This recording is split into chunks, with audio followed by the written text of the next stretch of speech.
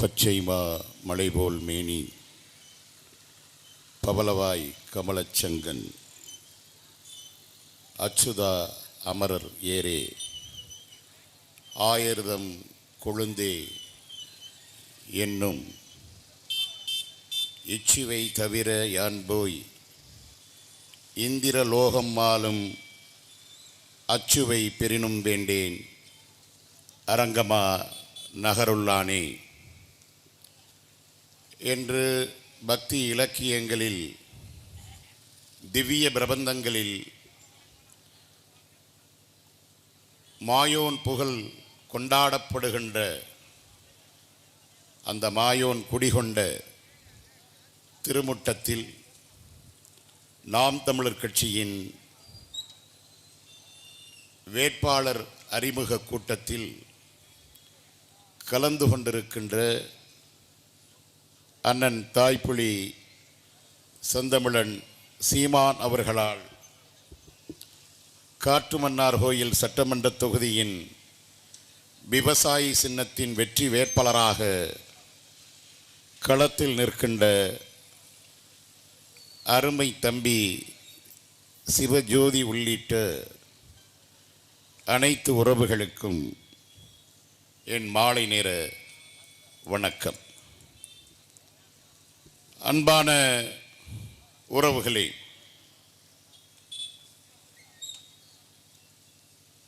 இந்த மேடையிலும் இந்த பகுதியிலும் அதைப் போலவே அரசியல் களத்தில் நிற்கின்ற நாங்கள் எல்லா அமைப்புகளை விட எங்களுக்கு கூடுதல் தகுதி இருக்கின்றதென்பதை நான் நெஞ்சை நிமிர்த்தி பெருமையோடு இந்த இடத்தில் சொல்ல விரும்புகின்றேன். சாதி ஒழிப்பும் தமிழ் தேசியமும் என்கின்ற ஒரு பேர் அறிக்கையை மட்டுமல்லாமல் தமிழ் தேசிய இனத்தின் விடுதலைக்கும் சாதி ஒழிந்த தமிழர் ஓர்மைக்கும் ஆயுதம் தாங்கிய விடுதலை போராட்டத்தை இந்த பகுதியில்தான் எங்கள் அன்பு அண்ணன் புலவர் கலியபெருமாளோடு இணைந்து அண்ணன் பொன்பரப்பி தமிழரசன் உலாவுகின்ற மூச்சுக்காற்று உலாவுகின்ற இந்த பகுதியில் அவனது சிந்தனையை செயல் வடிவமாக்கிக் கொண்டிருப்பது நாம் தமிழர் கட்சி மட்டும்தான். ஏனென்றால் 58 ஆண்டுகளாக இந்த தமிழ்நாட்டை திராவிட கட்சிகள் தான் மாறி மாறி ஆண்டு கொண்டிருக்கின்றது. குறிப்பாக திராவிட முன்னேற்ற கழகம் 5 முறை ஐயா கருணாநிதி அவர்கள் முதலமைச்சராக இருந்தார். 6வது முறையாக முத்துவேல் கருணாநிதி ஸ்டாலின் அவருடைய வாரிசு அவர் இன்றைக்கு முதலமைச்சராக இருக்கின்றார். இந்த கட்சியைத்தான் சமூக நீதி காவலர்கள் என்று அவரோடு கூட்டணி வைத்து 2 சீட்டுக்காக கும்மி அடித்துக் கொண்டிருக்கின்ற கும்பல் கூறுகின்றது. இவர்கள்தான் சமூக நீதி காவலர்களா? இவர்கள்தான் சாதியை ஒழித்தார்களா? சாதி பார்த்து சீட்டும் நோட்டும் கொடுத்தது இந்த தமிழ் தேசிய களத்தை கெடுத்தது திராவிட முன்னேற்ற கழகம் என்று நான் பகிரங்கமாக இந்த மண்ணில் குற்றம் சாட்டுகின்றேன். ஆனால் கட்சி ஆரம்பித்து 16 ஆண்டுகள் யாரோடும் கூட்டணி இல்லாமல் தனித்தே கொள்கையோடு கூட்டணி மக்களோடு கூட்டணி என்று நெஞ்சை நிமிர்த்தி ஒரு இயக்கம் களமாடிக்கொண்டிருக்கின்றது என்றால் அது எங்களுடைய தாய்ப்புலி அண்ணன் செந்தமிழன் சீமான் தலைமையிலான நாம் தமிழர் கட்சி. ஏன் ஆதி தமிழன் விடுதலை இல்லாமல் மீதி தமிழன் விடுதலை இல்லை என்று ஒரு பேர் அறிவிப்பை செய்து அதன் அடிப்படையில் சமூக நீதி காக்கின்ற ஒரு இயக்கமாக இந்திய துணைக்கண்டத்தில் வளர்ந்து கொண்டிருக்கின்ற அமைப்பாக தமிழ் தேசிய ஓர்மைக்கு போராடுகின்ற ஒரு தலைவனாக எங்கள் அண்ணன் செந்தமிழன் சீமானும் நாம் தமிழர் பிள்ளைகளும் இன்றைக்கு களத்தில் நின்று கொண்டிருக்கின்றோம். திராவிட முன்னேற்ற கழகத்தின் சார்பில் பட்டியல் இனத்தின் பட்டியல் சாதியை சார்ந்தவர்களுக்கு எத்தனை சீட்டுகள் வழங்கப்பட்டிருக்கின்றது? பட்டியல் சமூகத்தை சார்ந்த பறையர்குடி, பல்லர்குடி, அருந்தியர் உட்பட இந்த 3 பேருக்கும் திராவிட முன்னேற்ற கழகத்தின் சட்டமன்றத்தில் எத்தனை சட்டமன்ற உறுப்பினர்கள், எத்தனை பேர் பாராளுமன்ற உறுப்பினர்கள், எத்தனை பேர் அமைச்சர் பெருமக்கள் என்று யாராவது உங்களால் நெஞ்சை நிமிர்த்தி இத்தனை பேர் என்று சொல்ல முடியுமா? ராப்பிச்சைக்காரனுக்கு 16 கூட்டும் பஞ்சாமிர்தம் கொடுத்தேன் என்று பெருமை பீற்றிக் கொள்வதை போல நாங்கள் பறையருக்கு 5 சீட்டு கொடுத்தோம், பல்லருக்கு 10 சீட்டு கொடுத்தோம், அருந்ததியருக்கு 2 சீட்டு கொடுத்தோம் என்று ஆண்டாண்டு காலம் நம்மளை சுரண்டி பிழைத்துக் கொண்டிருக்கின்ற இந்த திராவிட கூட்டம், இந்த திராவிட முன்னேற்ற கழகம், அதோடு கூட்டணி வைத்திருக்கின்ற எங்கள் அன்பு அண்ணன் விடுதலை சிறுத்தைகளின் திருமாவளவன், அவரோடு பயணித்துக் கொண்டிருக்கின்ற அன்பு தோழர் சிந்தனை செல்வன் அவர்கள்தான் இந்த தொகுதியின் சட்டமன்ற உறுப்பினர். இங்கிருந்து நான் கேள்வியை நான் உங்களுக்கு எழுப்புகின்றேன். தமிழ்நாட்டில் செத்து போன கட்சி காங்கிரஸ் கட்சி. அந்த கட்சியை புதைகுழியில் போட்டு புதைத்த ஒரு தலைவன், ஒரு அமைப்பு அண்ணன் செந்தமிழன் சீமானும் நாம் தமிழர் கட்சியும். செத்து போன பிணத்திற்கு 28 சீட்டு, ஒரு ராஜ்யசபா உறுப்பினர். நேற்று வரை திமுக ஒரு தீய சக்தி. 2026 தேர்தல் களத்தில் அதை புதைக்க வேண்டும் என்று முழங்கிய விஜயகாந்தின் மனைவி அம்மா பிரேமலதா விஜயகாந்த் அவர்கள் விஜயகாந்த எழுப்பி இப்ப உங்க கட்சி உயிரோடு இருக்கா என்று கேட்டால் பாவம் அவருக்கே தெரியாது.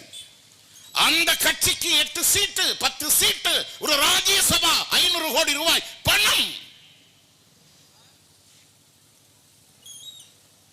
கடந்த 15 ஆண்டுகளுக்கு மேலாக திமுகவின் தவறுகளை எல்லாம் முட்டுக் கொடுத்து சுமந்து கொண்டு அதை நியாயப்படுத்திக் கொண்டிருக்கின்ற விடுதலை சிறுத்தைகளின் தலைவர் அண்ணன் தொல் திருமாவளவனுக்கும் அண்ணன் சிந்தனை செல்வன் அவர் சார்ந்திருக்கின்ற விடுதலை சிறுத்தை கட்சிக்கும் எத்தனை சீட்டு நினைத்து பாருங்கள்.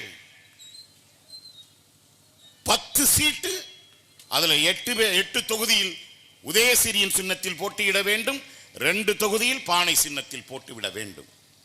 இதை விட கேவலம் என்ன இருக்கின்றது? இதுதான் சமூக நீதியா? இதுக்கு பெயர் சமூக அநீதி.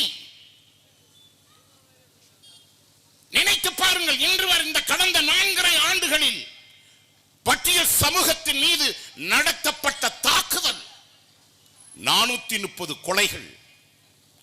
பட்டியல் சமூகத்தை சார்ந்தவர்கள் 430 பேர் சாதி இந்துக்களால் கொலை செய்யப்பட்டிருக்கின்றார்கள். திராவிட முன்னேற்ற கழகத்தின் ஆட்சியில் 26 பேர் காவல் நிலையத்தில் அடித்தே கொல்லப்பட்டிருக்கின்றார்கள். கஸ்டோடியல் டெத், காவல் நிலையத்தில் அடித்து கொல்லப்பட்டிருக்கின்றார்கள். 10 நாட்களுக்கு முன்பாக இதே மானாமதுரை பகுதியில் பட்டியல் சமூகத்தை சார்ந்த இளைஞன் அடித்து கொலை செய்யப்பட்டிருக்கின்றார் காவல்துறையால். 3000த்திற்கும் மேற்பட்ட தாக்குதல் பட்டியல் சமூகத்தின் மீது தமிழ்நாட்டில் நடந்திருப்பதாக புள்ளி விவரங்கள் ஊடகத்தில் செய்தி வருகின்றது. இதை எதிர்த்து ஒரு போராட்டம், இதை எதிர்த்து தோழமை சுட்டேல் என்று சொல்வார் அண்ணன் திருமாவளவன். நீங்கள் யாரையாச்சும் தோழமை சுட்டி இருக்கிறீங்களா? தோழமையோடு திராவிட முன்னேற்ற கழகத்தை நீங்கள் கண்டித்திருக்கின்றீர்களா? இத்தனை தாக்குதல் நடந்திருக்கின்றதே, அவர்களை கரங்களை பற்றி கண்ணீரை துடைத்திருக்கின்றீர்களா? பிறகு எதற்கு அந்த கட்சியோடு கூட்டணி வைத்துக் கொண்டு சமூக நீதி காவலர்கள் திராவிட முன்னேற்ற கழகம் தான் சாதியை ஒழிக்க வந்த பேரியக்கம் என்று எப்படி உங்களால் மனசாட்சி இல்லாமல் உங்களால் எப்படி சொல்ல முடிகின்றது? நினைத்து பாருங்கள்.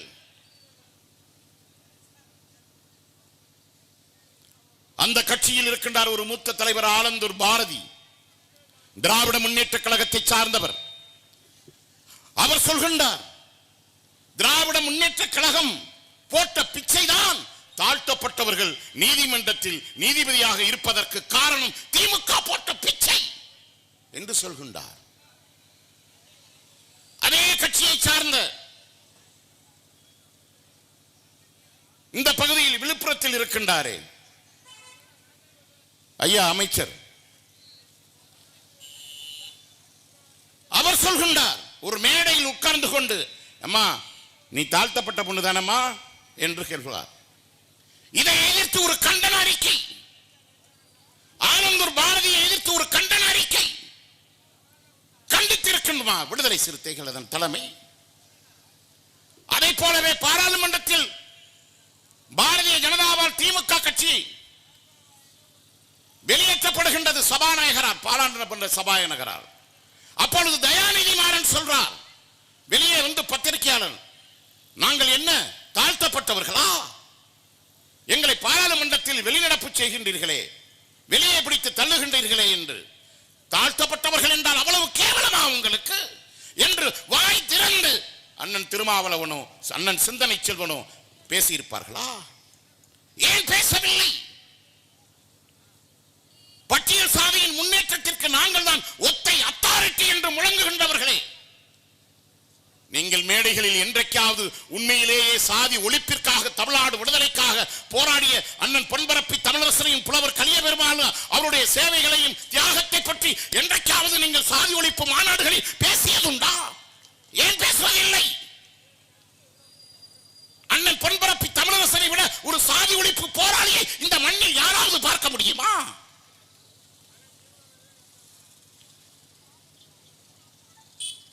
இவ்வளவு கொடுமையை செய்கின்றது திராவிட முன்னேற்ற கழகத்தின் ஆட்சி. இந்த போன மாதம் எல்லா பெண்களுடைய வங்கி கணக்குகளில் 5000 ரூபாய் பணம், அதுல 2000 ரூபாய் கோடை விடுமுறைக்கு கொடுக்கறாங்களாம். இந்த 2000 ஓவாவை வச்சு குடும்பத்தோட போய் கொடைக்கானல்ல போய் குளுகுளுன்னு இருந்துட்டு வரணுமா? திராவிட முன்னேற்ற கழகத்தின் முதலமைச்சராக இருக்கின்ற முத்துவேல் கருணாநிதி ஸ்டாலின் வீட்டில் பல நாய்கள் வளர்க்கின்றார்கள். அந்த நாய்க்கு ஒரு நாளைக்கு போடுறாங்க பிஸ்கட் 2000 ரூபாய்.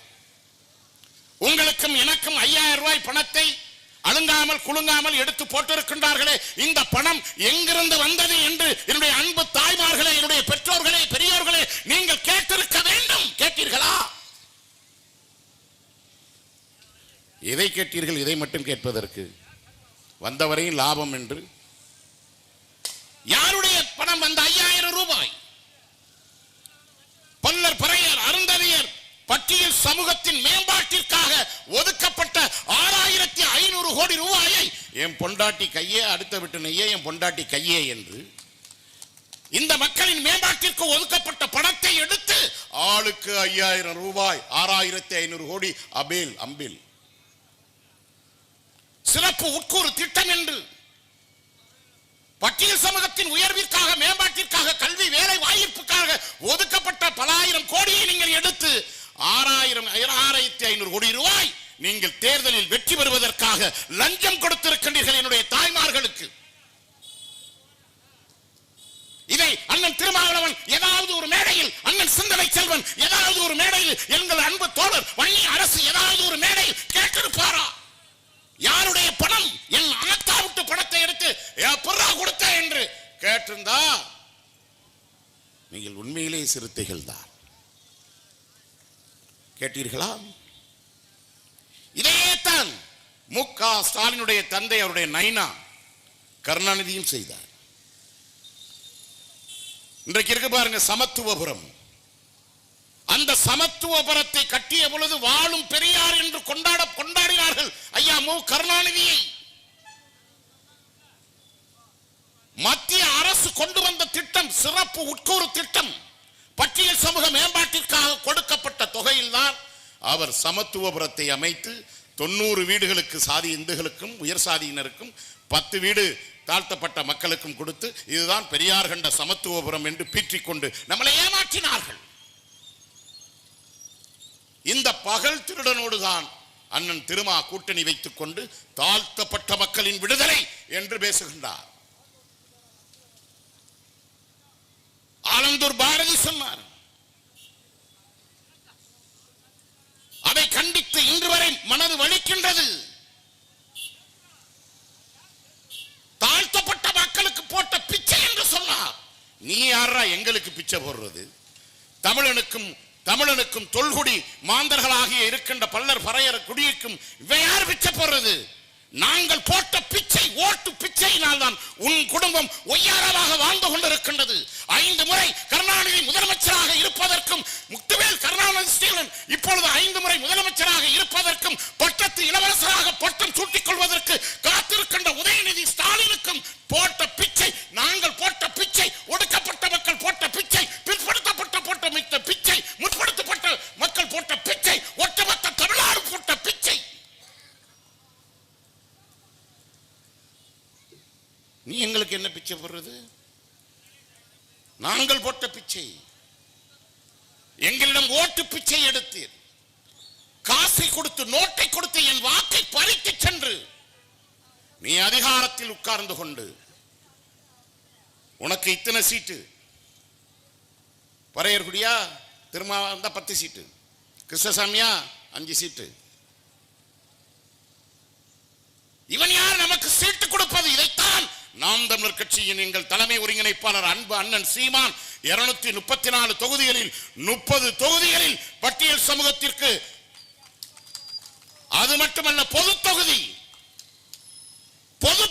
நின்று பட்டியல் சமூகத்தை நிற்க வைத்து அழகு பார்க்கின்ற ஒரு தலைவன் என்றால் எங்கள் அண்ணன் அன்பு அண்ணன் சீமான். மன்னியர்குடிக்கு 31 சீட்டு. எப்படி? அதைத்தான் சொல்கின்றார் எங்கள் அண்ணன். இடஒதுக்கீடு என்கின்ற பெயரில் மோசடி செய்யாதே, அள்ளி கொடுக்காதே, அளந்து கொடு, எடுத்து கொடுக்காதே, எண்ணி கொடு. பெரும்பான்மை சாதியின் அடிப்படையில், சாதி எண்ணிக்கையின் அடிப்படையில், மக்கள் தொகை எண்ணிக்கையின் அடிப்படையில் இடஒதுக்கீட்டை கொடு, உள்ஒதுக்கீடை ரத்து செய். எதுக்கு உள்ஒதுக்கீடு? அருந்ததியருக்கு தாராளமாக கொடுங்கள். 3% அல்ல, 10% கூட கொடுங்கள். அதை தனியாக எடுத்து கொடுங்கள். எனக்கே என் சாப்பாடு போதவில்லை என்று நான் அழுது கொண்டிருக்கின்ற பொழுது என்னிடம் கள்ளத்தனமாக திருடி என்னுடைய 17% இடஒதுக்கீடில் இருந்து எடுத்து 3% எடுத்து அருந்ததியருக்கு கொடுத்து விட்டு உள் ஒதுக்கீடு என்று சொல்லி என்னை ஏமாற்றுகின்ற சீட்டின் பேர் வழிதான் இந்த திமுக. அதற்கு முட்டு கொடுத்து கொண்டிருக்கின்றீர்களே, வரலாறு உங்களை மன்னிக்காது. நாங்கள் எங்கே தாழ்த்தப்பட்டோம்? தாழ்த்தப்படுத்தப்பட்டோம். வரலாற்றில் நாங்கள் தாழ்த்தி வீழ்த்தப்பட்டோம். கிபி 13ஆம் நூற்றாண்டு விஜயநகர படையெடுப்பு தமிழ்நாட்டின் மீது தொடுக்கப்பட்டது. அன்றைக்கு வீழ்ந்தான் தமிழன்.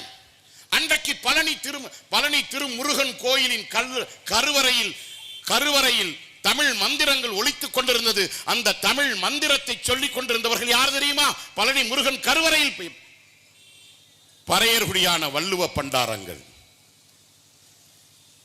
அன்றைக்கு வெளியேற்றப்பட்டான்.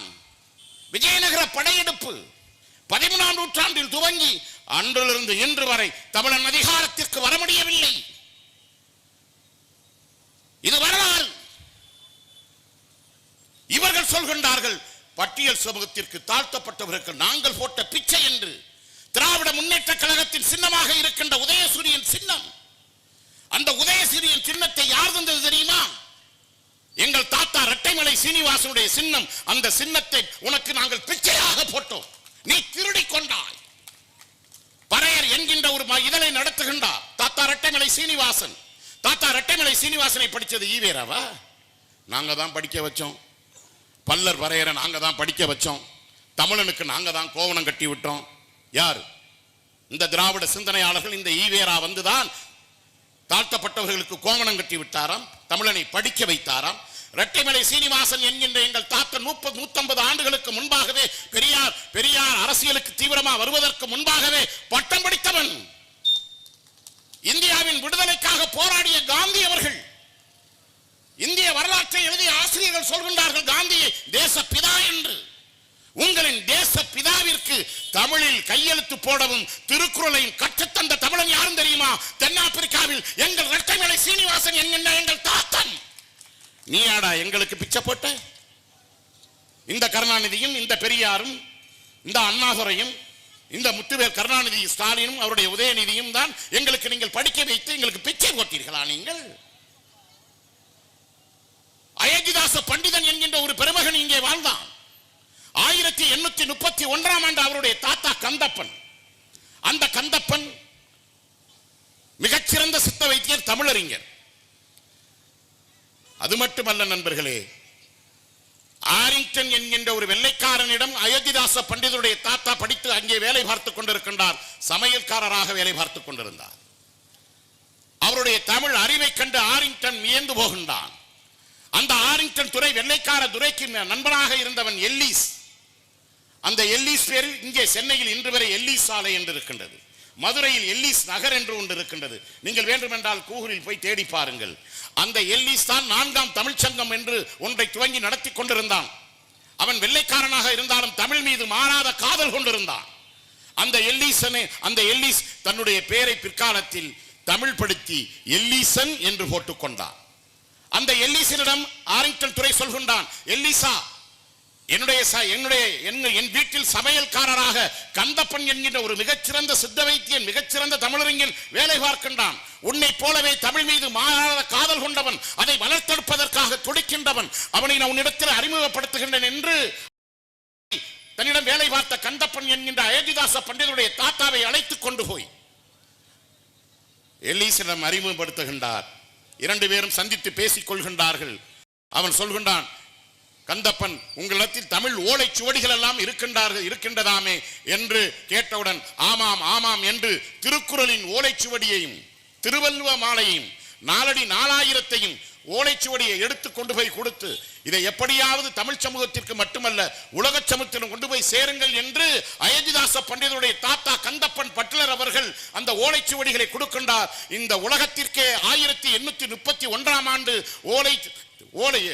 ஓலையில் இயங்கிக் கொண்டிருந்த தமிழை ஆங்கிலத்தில் மொழிபெயர்த்து, ஆங்கிலத்திலிருந்து தமிழில் மொழிபெயர்த்த வெள்ளைக்காரன், அந்த வெள்ளைக்காரனுக்கும் உலகத்திற்கும் தமிழ் சமூகத்திற்கும் திருக்குறளையும் 400 திருவள்ளுவ மாலையும் பிச்சையாக தந்தது பறையர்குடி என்பதை அண்ணன் திருமாவளவன் மறந்திருக்கலாம். நாம் தமிழர் கட்சியின் செந்தமிழன் சீமானுடைய தம்பிகளும் நாங்கள் மறக்கவில்லை. எனவே திராவிட இயக்கத்திற்கும்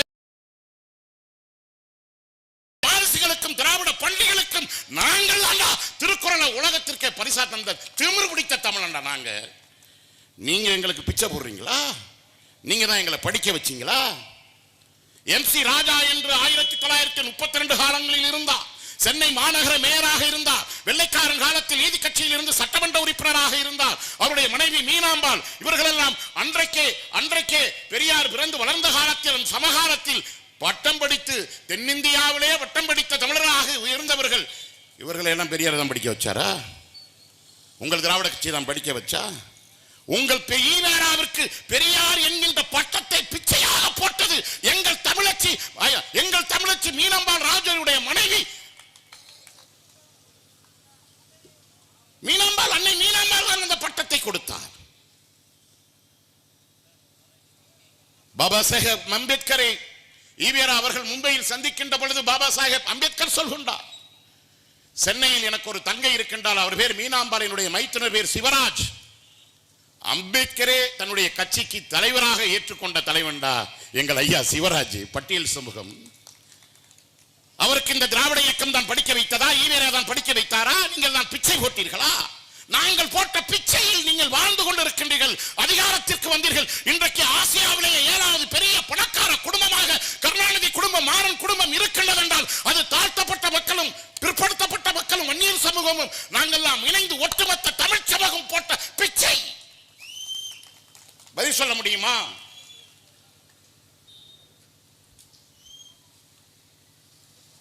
வரலாற்றை மாற்றி எழுத துடிக்காதீர்கள்.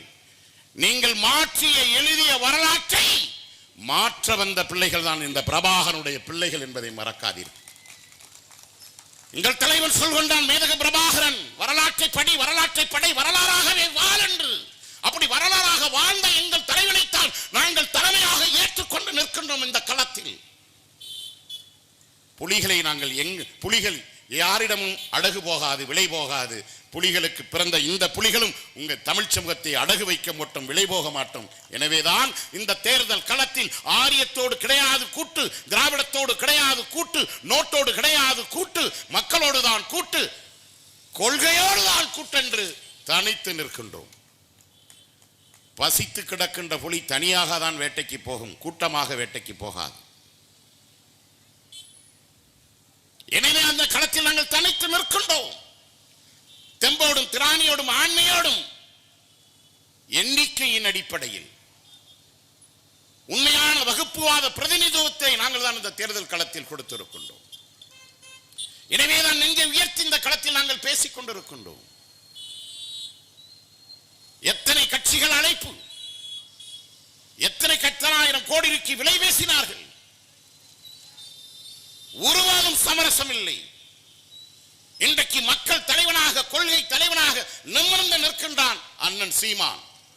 எந்த ஊடகங்கள் பேச மறுத்ததோ, எந்த ஊடகங்கள் நாம் தமிழர் கட்சியின் போராட்டத்தை, பொதுக்கூட்டத்தை, பேட்டிகளை போட மறுத்ததோ, இன்றைக்கு தமிழ்நாட்டு ஊடகங்கள் மட்டுமல்ல, ஒட்டுமொத்த இந்திய ஊடகங்களே அண்ணன் சீமானையும் நாம் தமிழர் கட்சியை திரும்பி பார்க்க வைத்திருக்கின்றது. ஆங்கில பத்திரிகையில் கூட ஒவ்வொரு நாளும் அண்ணன் சீமானுடைய செவியை, பேட்டியை, நேர்காணலை எடுத்து போட்டுக் கொண்டிருக்கின்றார். பாருங்கள், மனோஜ் தங்கராஜ் என்று ஒரு அமைச்சர் திமுகவில், மலைமுழுகி மகாதேவன் மனோஜ் தங்கராஜ். அந்த மனோஜ் தங்கராஜை தொலைக்காட்சி விவாதத்தில்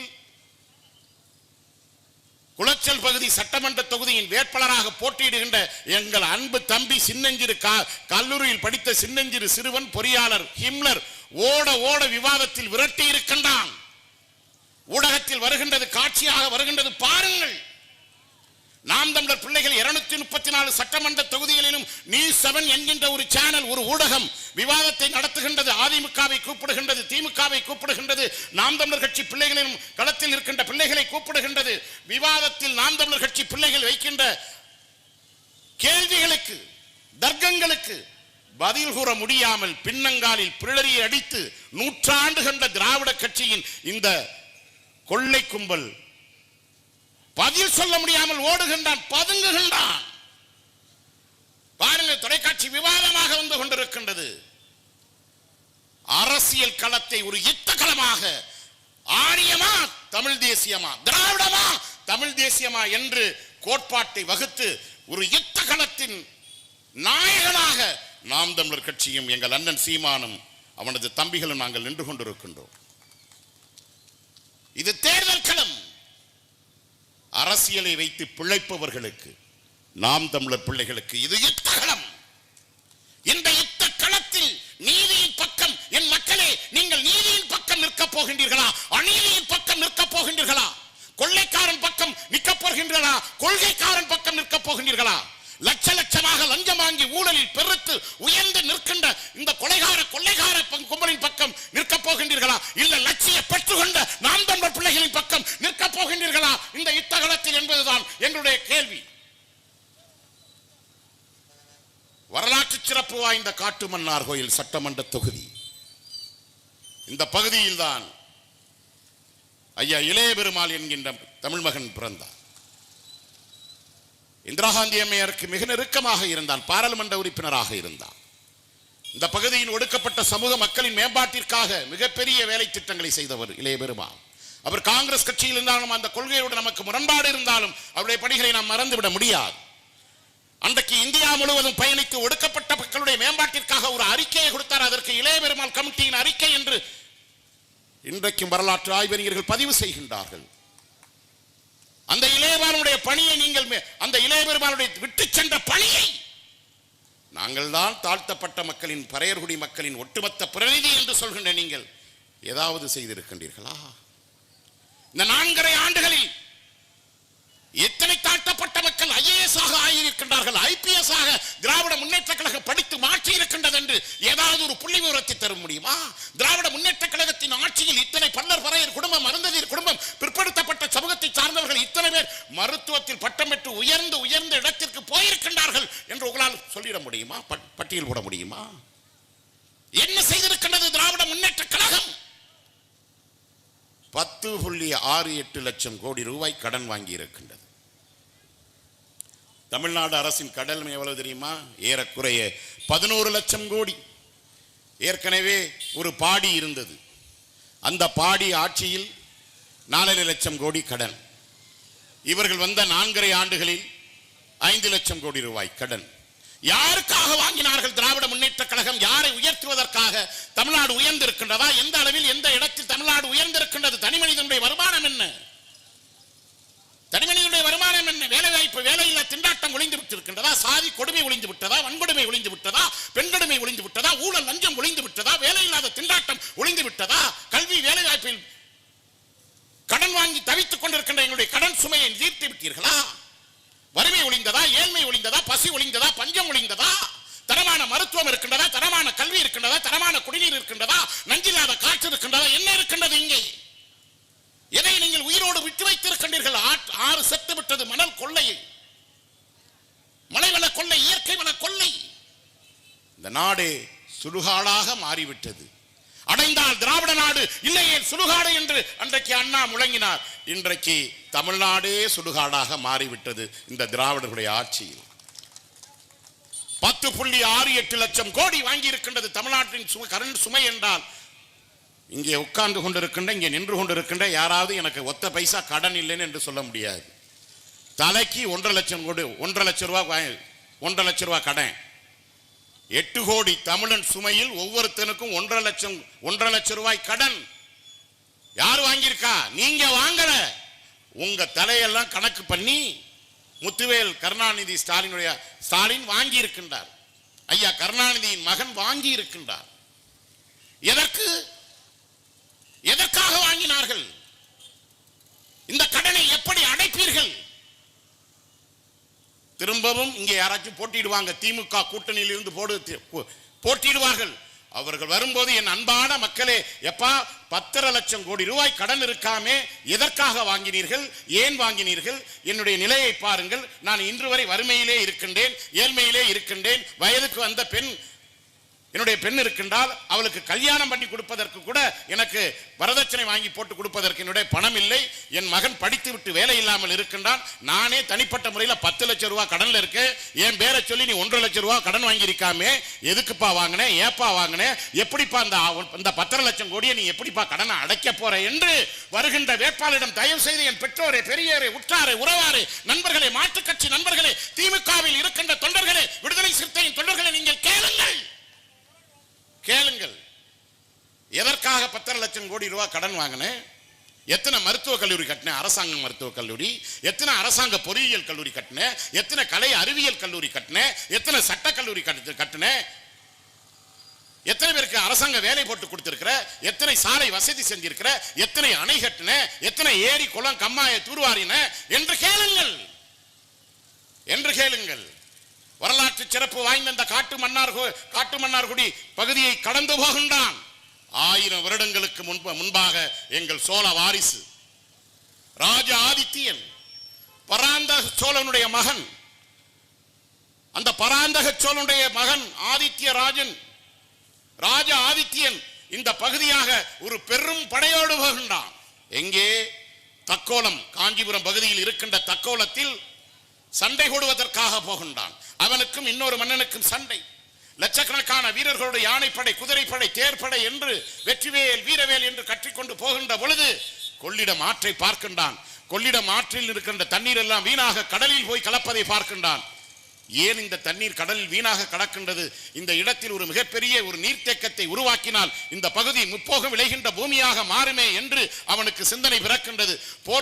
தக்கோலம் போர்க்களத்திற்கு சென்று வெற்றி பெறுகின்றான். வெற்றி பெற்று திரும்புகின்ற பொழுது வெற்றி கொண்ட மன்னனுடைய வீரர்களை அடிமைப்படுத்திக் கொண்டு திரும்பி வருகின்ற பொழுது திரும்பி வந்து அவனுடைய போர் வீரர்களாக தன்னிடம் சிக்கிக்கொண்ட கைதிகளை வைத்து 45 ஆண்டு காலம் 45 ஆண்டு காலம் ஒரு மிகப்பெரிய ஏரியை உருவாக்கினான். அதுதான் வீர நாராயணன் ஏரி. அதுதான் மக்கள் மீது உண்மையான பற்று கொண்ட மன்னன். அன்றைக்கு கட்டினான். எப்பொழுது? 1000 ஆண்டுகளுக்கு முன்பாக வீரநாராயணன் ஏரி கட்டினான் எங்களுடைய சோழன். அந்த சோழனுடைய அவன் கட்டிய இந்த ஏரியில் இருந்து தாண்டா சென்னைக்கே தண்ணீர் போகின்றது. சென்னைக்கே தண்ணீர் போகின்றது. உங்க ஈவாராவோ, உங்க நொன்னாத்துறையோ, உங்க கருணாநிதியோ, உங்க முத்துவேல் கருணாநிதி ஸ்டாலினோ, உங்க உதயநிதி ஸ்டாலினோ, அந்த கட்சியில் இருக்கின்ற பிச்சை எடுத்துக் கொண்டிருக்கின்ற கூட்டணி கட்சிகளோ வீரநாராயண ஏரியை கட்டவில்லை. எங்க சோழ பேரரசு புலிக்கொடியை உயர்த்தி ஆசியா கண்டத்தையே வெற்றி கண்டு உலகத்தையே தன் கொடியின் புலிக்கொடியின் மீது அடக்கி ஆண்ட என் தமிழ் மன்னன் அவன் கட்டிய ஏரி. இவங்க என்னென்ன கட்டியிருக்காங்கன்னு கேளுங்க. எத்தனை ஏரி கட்டியிருக்காங்க, எத்தனை அணை கட்டியிருக்கிறாங்கன்னு கேளுங்க. எங்கள் தலைவர் கருணாநிதி முதலில் பத்மாவதி அம்மையாரை கட்டினார். அதன் பிறகு தயாளு அம்மாவை கட்டினார். அதன் பிறகு ராஜாத்தி அம்மையாரை கட்டினார். இப்படி கட்டினார். ஒரு அணையும் கட்டவில்லை. வெள்ளைக்காரன் காலத்தில் இந்த மண்ணை சுரண்ட வந்த வெள்ளைக்காரன் 14 அணைகளை கட்டினான். அதன் பிறகு எங்கள் தாத்தா 11 அணைகளை, எங்கள் பெருந்தலைவர் காமராஜர் 11 அணைகளை கட்டினார். எந்த மன்னன் மீது போர் தொடுக்கின்றார்களோ அந்த வெற்றியை கொண்டாடுவதற்காக நீர் நிலைகளை உலக வரலாற்றில் ஒரு மன்னர் சாம்ராஜ்யம் உருவாக்கியது என்றால் அது ராஜராஜ சோழனும், ராஜேந்திர சோழனும், பராந்தக சோழனும், அவருடைய புதல்வனும், அந்த வாரிசுகள் தாண்டா இன்றைக்கு தமிழ்நாட்டில் இருக்கின்ற பெரிய பெரிய ஏரிகளையும் நீர்நிலைகளையும் நீர் மேலாண்மையும் இந்த உலகத்திற்கு கற்றுக் கொடுத்தது எங்கள் சோழர்கள். அந்த சோழர்களை தான் பார்ப்பன அடிமைங்கிறான் இந்த திருட்டு அடிமைகள். சரி, அவன் பார்ப்பன அடிமையா இருந்தா அப்படியே வச்சுக்குவோம். இத்தனை ஏரி குளம் கண்மாயை கட்டினானே, அணைகளை கட்டினானே, நீ எத்தனை கட்டினு சொல்லு பார்ப்போம். ஊருக்கு ஊர் வப்பாட்டி, போற இடம் பூரா பொண்டாட்டி, இதை கட்டினதோட நீங்க என்னடா செஞ்சிருக்கிறீங்க சாதனை? 11 லட்சம் கோடி ரூபாய் கடன் வாங்கி இருக்கின்றியே, இதை எப்படி நீ திரும்ப கட்டுவ? திட்டம் இருக்கின்றதா? ஏதாவது ஒரு திட்டம் இருக்கின்றதா? 11 கோடி ரூபாய், 11 லட்சம் கோடி, 1 ரூபா 2 ரூபா இல்ல. ஒவ்வொரு தமிழனும் 1.5 லட்சம் ரூபாய் கடன் சுமையாக இருக்கின்றோம். யாராவது நீங்க நினைச்சிட்டு போகாதீங்க எனக்கு கடனே இல்லை என்று. உங்க பேரை சொல்லி கருணாநிதி மயம் வாங்கியிருக்காப்ல 1.5 லட்சம். இப்படி 8 கோடி இன்ட்டு ஈக்குவல் டு போட்டீங்கன்னா 10.68 லட்சம் கோடி. இவங்க ஏற்கனவே 2G ஸ்பெக்ட்ரம்லேயே பல லட்சம் கோடியை ஆட்டையை போட்டவங்க. கடமை கேட்டா சொல்லுவாங்க கடமை கண்ணியம் கட்டுப்பாடு, இதுதான் திமுகவின் கொள்கை. கடமை கண்ணியம் கட்டுப்பாடு, திமுகவில் தான் அது தட்டுப்பாடு. கடமை கண்ணியம் கட்டுப்பாடாக இருந்திருந்தால் இன்றைக்கு தமிழ்நாடு தருமபுரியில 70 வயது பாட்டிய பாலியல் வன்புணர்ச்சி, 7 வயதுக்கு சிறுமியை பாலியல் வன்புணர்ச்சி. எங்கேயாவது இந்த கொடுமை உண்டா? மன்னர் காலத்தில் கூட நடக்கடப்பா. இந்த மக்களாட்சி காலத்தில் பெண்களுக்கு பாதுகாப்பு இல்லை. வீட்டில் இருக்கின்ற முதியவருக்கு பாதுகாப்பு இல்லை. வயதான பெண்களுக்கு, கிழவிகளுக்கு, முதிய பெண்களுக்கு, நம் பாட்டிகளுக்கு பாதுகாப்பு இல்லை. வேலைக்கு செல்கின்ற பெண்களுக்கு பாதுகாப்பு இல்லை. கல்லூரிக்கு செல்கின்ற இளம் பெண்களுக்கு பாதுகாப்பு இல்லை. பள்ளிக்கூடம் செல்கின்ற சிறுமிகளுக்கு பாதுகாப்பு இல்லை. கற்பழித்து கழுத்தை அரைத்து புதர்ல போட்டுட்டு போறான். இதே தூத்துக்குடி மாவட்டம் விளாத்திக்குளம் பகுதியில் 10 நாட்களுக்கு முன்பாக 12ஆம் வகுப்பு மாணவி படித்துக் கொண்டிருந்த மாணவி, பள்ளி சிறுமி திரும்பவில்லை, வீட்டிற்கு திரும்பவில்லை. தாய் தவிக்கின்றார், தந்தை தவிக்கின்றார்கள், உற்றார் உறவினர்கள் எல்லோரும் தவிக்கின்றார்கள், தேடுகின்றார்கள், பிள்ளையை காணவில்லை. காவல்துறையில் போய் புகார் கொடுக்கின்றார்கள். அந்த பெண் காவல்துறை அதிகாரி சொல்கின்றார்கள், போமா, நீ தான் உலகத்தில் பொம்பளை பிள்ளையை பெற்றிருக்கிறிய, வீட்டுக்கு வருவா போ என்று அலட்சியம் காட்டியதின் விளைவு ஒரு காம கொடூரன், ஒரு கூலிக்கு கொலை செய்கின்ற காமுகன், ஒரு கஞ்சா போதை அடிமை, ஏற்கனவே பல பெண்களின் வாழ்க்கையை அழித்தவன், ஒரு மிகப்பெரிய கிரிமினல். இவ்வளவு குற்றச்செயல் புரிந்தவனை நீதிமன்றம் அவனை ஜாமீனில் வெளியே விட்டிருக்கின்றது. தமிழ்நாடு அரசு உரிய தண்டனை கொடுத்திருந்தால் இன்றைக்கு அந்த விளாத்தி குளத்தில் பாலியல் வன்புணர்ச்சி செய்யப்பட்டு கொலை செய்யப்பட்ட அந்த நம்ம வீட்டு பிள்ளை நீங்கள் நினைத்து பாருங்கள், நம்பிக்கையில் பெண்கள் பொம்பளை பிள்ளைகளை பெற்று வளர்க்கிறோம், பாதுகாப்பு இருக்கின்றதா? கேட்ட தமிழ்நாடு, எங்களோடு தமிழ்நாடு, உங்களோடு தமிழ்நாடு இல்லை. திராவிட முன்னேற்ற கழகத்தின் ஆட்சியாளர்களே, உங்களோடு சாராய கடை இருக்கின்றது, உங்களோடு கொலைகாரர்கள் இருக்கின்றார்கள், உங்களோடு கொள்ளைக்காரர்கள் இருக்கின்றார்கள், உங்களோடு மலைக்கல்லர்கள் இருக்கின்றார்கள், உங்களோடு மணல் திருடர்கள் இருக்கின்றார்கள், உங்களோடு மக்கள் வாழ்க்கையை கெடுக்கின்றவர்கள் இருக்கின்றார்கள். இதுக்கெல்லாம் அப்பாற்பட்ட மக்கள் மீது அக்கறை கொண்ட ஒரு அமைப்பு இருக்கின்றது என்றால், ஒரு தலைமை இருக்கின்றது என்றால், அது நாம் தமிழர் கட்சி மன்னன் செந்தமிழன் சீமானும் தான். எனவேதான் இந்த பயணத்தில் தன்னை தம்பி காட்டுமன்னார் கோயில் சட்டமன்ற தொகுதியின் வேட்பாளராக களத்தில் இருக்கின்ற தம்பி சிவஜோதி அவன் இந்த களத்தில் தன்னை அண்ணன் சீமானோடு இணைத்துக் கொண்டதற்கு காரணம் அதுதான். பல்வேறு சமூக தொண்டுகளை இறைப்பணியோடு சேர்ந்து செய்கின்றான். தென்னாடுடைய சிவனே போற்றி, எண்ணாற்றவர்க்கும் இறைவா போற்றி, ஈசனடி போற்றி, இறைவனடி போற்றி, தேசனடி போற்றி, சிவன் சேவடி போற்றி, நேயத்தை நின்ற நிமலனடி போற்றி, மாய பிறப்பருக்கும் மன்னமனே போற்றி, சீரார் பெருந்துரையன் சீவனடி போற்றி, ஆராத இன்பம் மரலும் மலையே போற்றி. தென்னாடுடைய சிவனினுடைய கால் பாதங்களோடு சேர்ந்து வள்ளலாரையும் இணைத்து இறைபணியோடு மக்கள் பணியின் களத்தில் செய்து கொண்டிருக்கின்ற ஒரு அற்புதமான பிள்ளைதான், ஒரு தொண்டன் தான் தம்பி சிவஜோதி அவர்கள். எனவேதான் இந்த களத்திற்கு பொருத்தமான ஒரு போராட்டக்காரனை எங்கள் அண்ணன் சீமான் வேட்பாளராக அறிமுகம் செய்திருக்கின்றார்.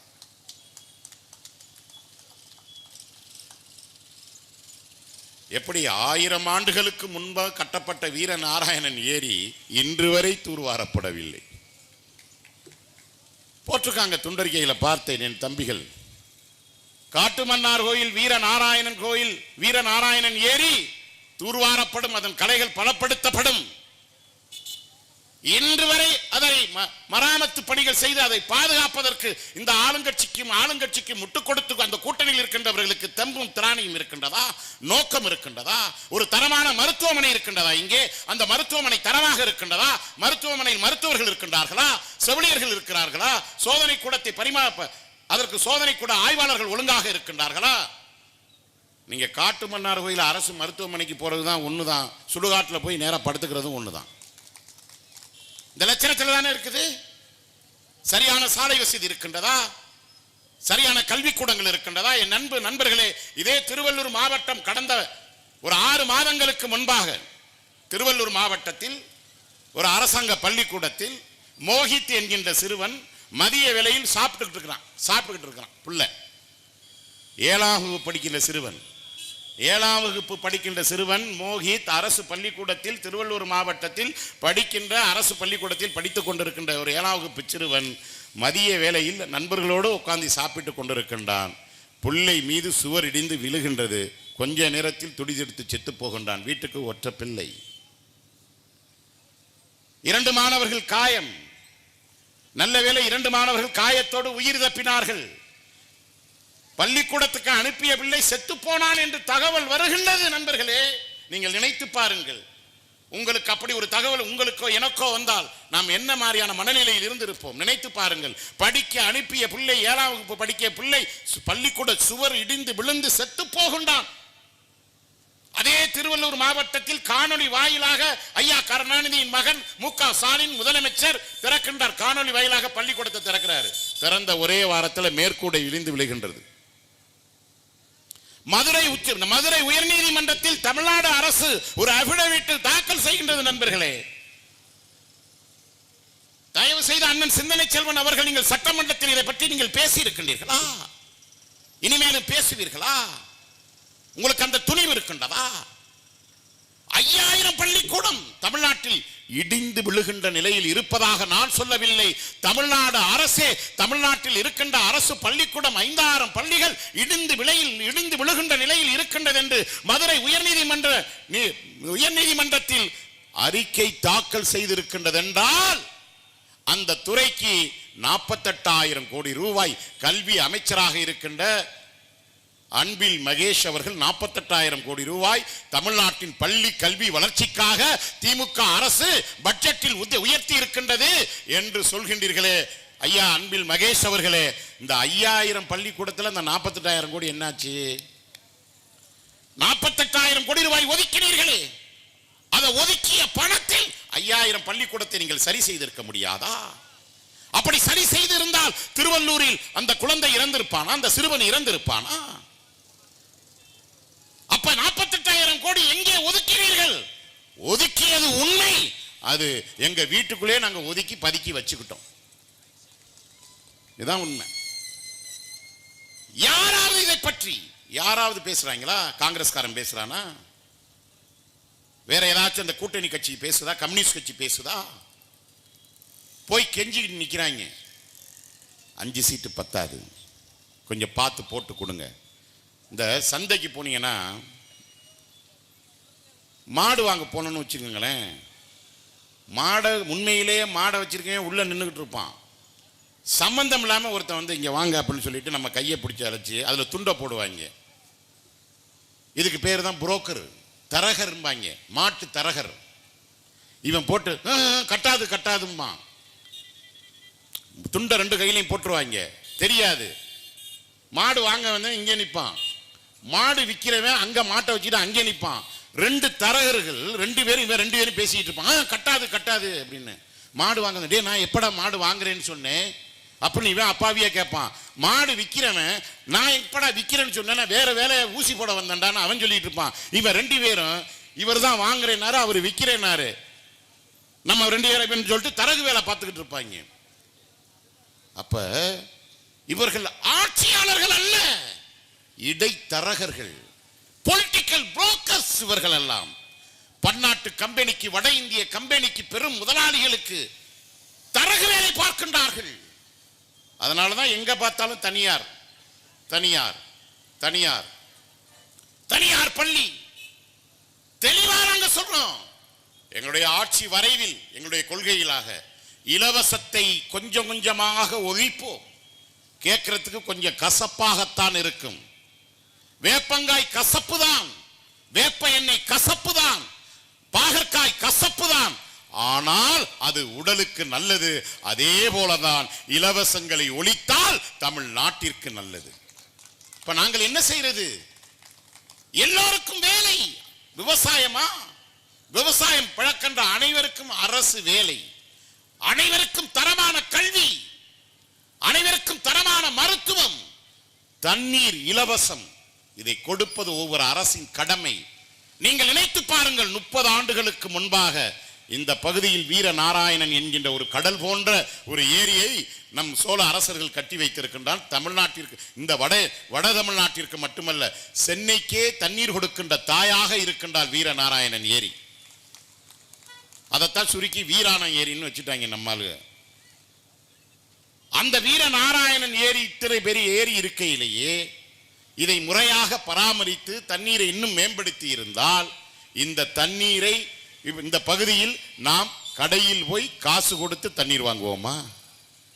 நீங்க நினைச்சு பாருங்க. எல்லாட்டையும் தண்ணி பாட்டில் இருக்கு, எல்லா கடையிலையும் தண்ணி பாட்டில் விற்கிது.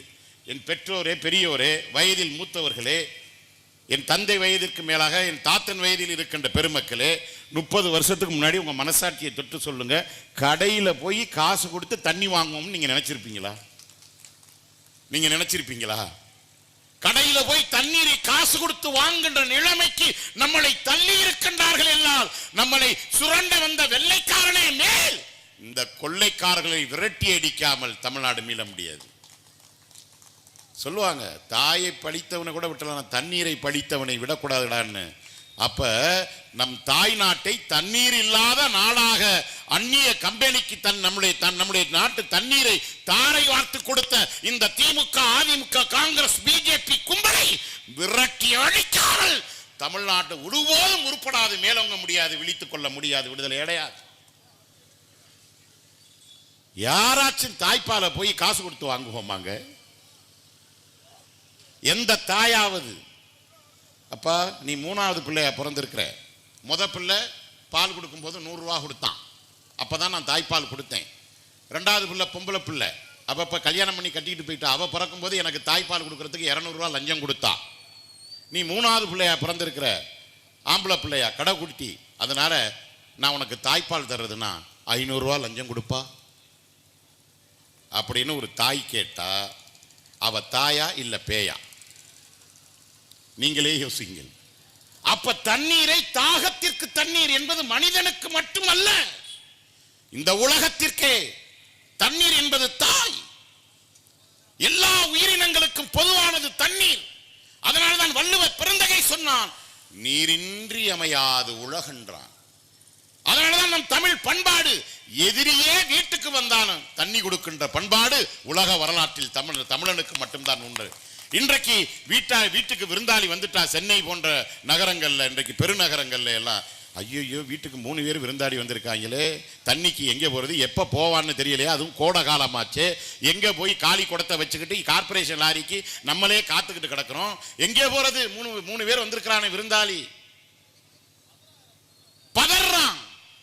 இவ்வளவு கேவலங்கட்ட நிலைமையிலே தமிழ்நாடு கொண்டாந்து விட்டுட்டாங்க ஐயா. தண்ணீர் தாகத்திற்கு, அது தனியாரின் லாபத்திற்கல்ல.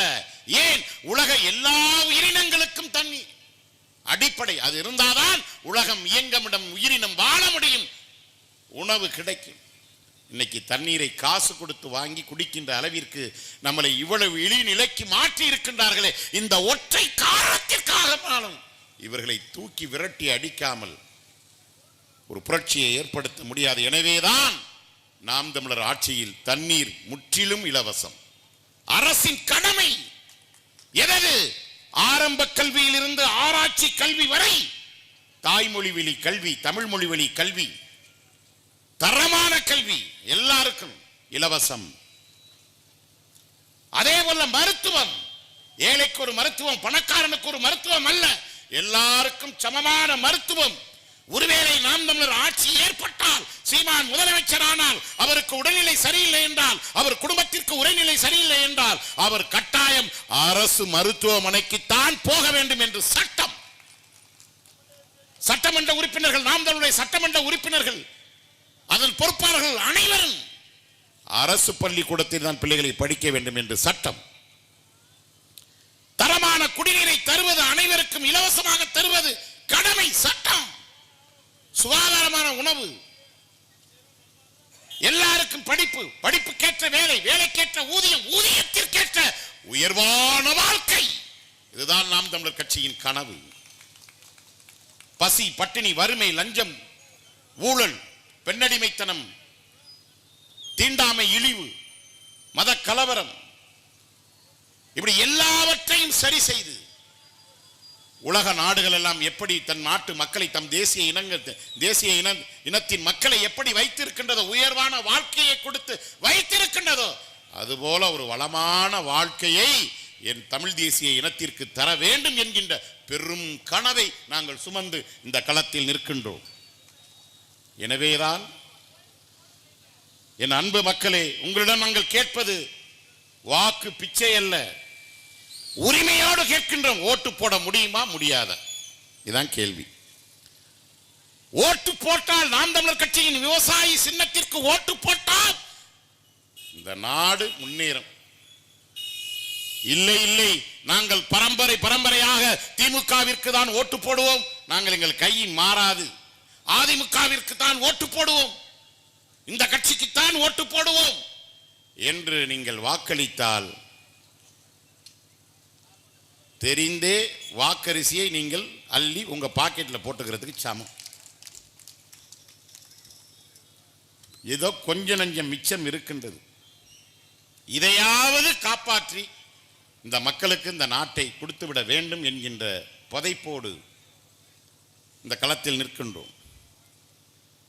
இந்த உலகத்திற்கு உணவூட்டுகின்ற ஒரு பெரிய ஒரு பண்பாட்டு வாழ்க்கையை கொண்டவன் விவசாயி. போர்க்களத்தில் போர்வீலன் துறக்கலாம், ஆனால் ஏற்களை பிடித்த விவசாயி ஒருபோதும் துறக்கக்கூடாது. களங்கள் மாறும், யுத்திகள் மாறும் பொழுது போர்வீரன் வெற்றி அடைவான். ஆனால் இந்த நெல் போட்டிருக்கின்றமே, பயிர் போட்டிருக்கின்றமே, மழை பெய்யுமோ பெய்யாதோ, கோடை வெயில் அடிக்குமோ அடிக்காதோ, பனி பெய்யுமோ பெய்யாதோ,